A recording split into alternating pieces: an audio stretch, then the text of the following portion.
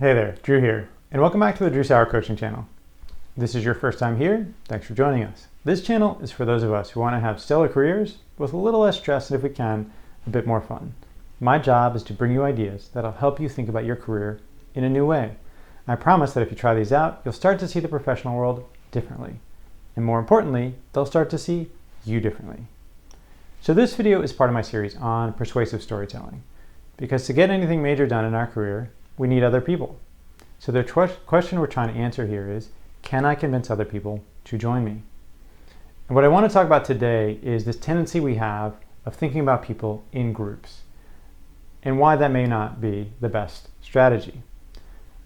So 9 times out of 10, when I ask somebody in terms of their promotion or their next job, like who is the important person that you need to convince, the answer is typically senior management, as in the set of people who they consider to be above them in the senior management ranks. Whenever you're trying to get a project approved, or you have an initiative that you're trying to move forward, who are you trying to get approval from? Product management, finance, the risk committee, the management committee, whoever the case may be. What you notice there is those are all groups. And the trick of persuasive storytelling and influence is that it's very hard to influence a group.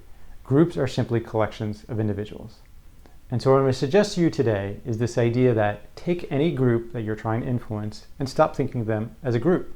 Think of them as a collection of individuals. And start to break that down into who are those individuals, what is their individual motivation in this case, what is their engagement style, learn as much as you can about those individuals in order to influence the outcome. And as a technologist, I grew up as a coder, designer, etc. Like no one ever talks about how you influence people, right? It's all about building systems and delivering high quality and executing. Interestingly, if you took a sales course or if you've ever been in the sales side of things, that is one of the first principles that they teach you is how to get a decision made, particularly in enterprise sales. And oftentimes you see something like this diagram here, right? Which is a relationship map. And what they do is they put all the individuals on a piece of paper, right, who are involved in this decision. They draw lines between them to show who influences who. And then what they do is they create an individual plan for each person on that list in terms of how they're going to get to them. Who's going to talk to them? What are they going to say? How are they going to position it so this individual will feel supportive of the project that they're trying to sell?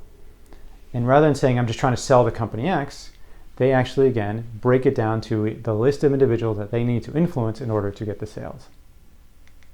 And so what I want you to do is start to adopt that same model for yourself.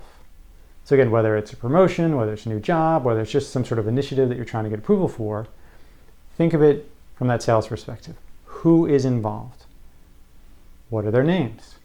What is your relationship to them? If you don't know who they are, or you don't have a relationship with them, build one, right? You do it from the bottom up. But once you have that detail, once you think of it as a group of individuals, you have a much more powerful way to influence them because you can craft a story that will resonate with each individual as opposed to trying to do something more generic. So what happens if you don't do this? If you don't do this, you continue to think of them as a generic group.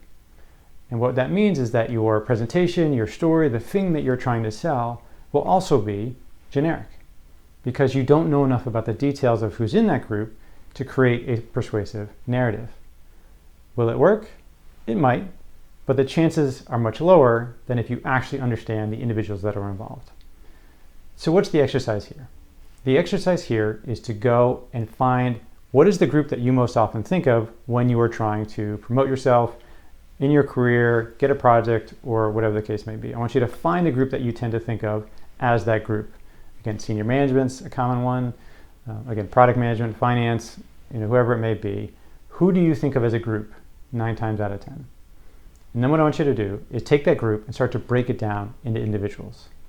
And I promise you that for any decision, again, whether it's the promotion or a project or something like that, there's probably no more than 10, if not 20 people who are actually involved in that decision. So it's not like you have to do this for hundreds of people. It is a small handful of people. If you can do that, you have a much better chance of crafting a story that will persuade them and ultimately get you what you want. So that's the exercise. Try it out. Let me know in the comments how it goes. And as always, making a change for yourself is a journey, and it helps to have a partner. You can rope in a friend, or you can hire a coach. If you have any interest in working with me, you can go to drewsaur.com and schedule some time for us to chat. I look forward to seeing you next time.